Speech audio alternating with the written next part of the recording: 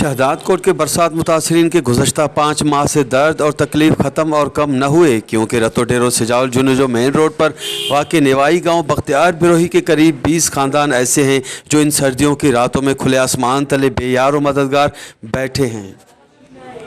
न टेंट मिलना का शइ असां रोड ते वेठा आहियूं, ॿार बच्चे नंढे वीचारे सीउ पालियां च पे ॾकंदे पिन। असां अॼु ॾींहुं ताईं का फंड भी नहीं मिले, न को राशन मिले, का शइ भी नहीं थी। महिरबानी करनि असांखे ॾेवनि टेंट भी ॾेवनि, को राशन ॾे वञनि। असांजे ॿाल सियारे च ॿाल सर मेरा बेरा भेरा बीमार है, उहो भी वीचारा उनकी मरीज़ थी मां आप करे सां, पर मैं अपनी जगह भी ये प्लाट भी खपे सां, उनकी जगह भी दवा करवे सां, समझ गए साईं।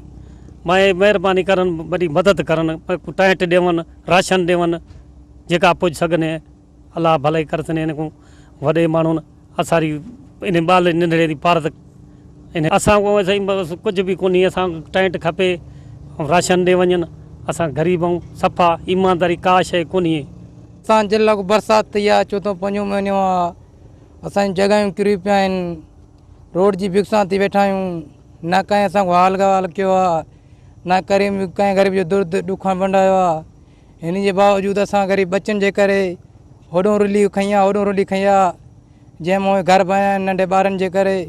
सी बरसाति हले थी, काॾे वञो असांखो कंहिं पुछा बि न कयो आहे तव्हां ग़रीब आहियो या कीअं, तव्हां छा हाल वाल गुज़रे थो।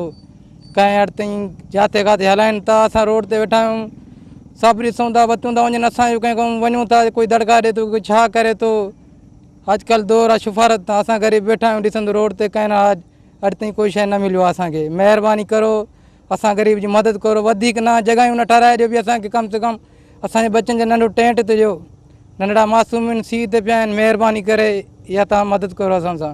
असांजो मुतालबो इहो आहे, असां ग़रीब आहियूं, असांखे न टेंट मिलियो आहे, न राशन मिलियो आहे। असांजो मुतालबो इहो आहे, असांखे हर शइ मिली वञे, असां ग़रीब थधि ते पिया। बरसात मुतासरीन में एक बीमार ऐसा है जो मुसलसल मोहलक बीमारियों से लड़ रहा है, मगर अफसोस के मुंतखब नुमाइंदों समेत कोई भी पूछने को तैयार नहीं है। कैमरा टीम के साथ गुलाम अली ब्रावई, वश टीवी, शहदादकोट।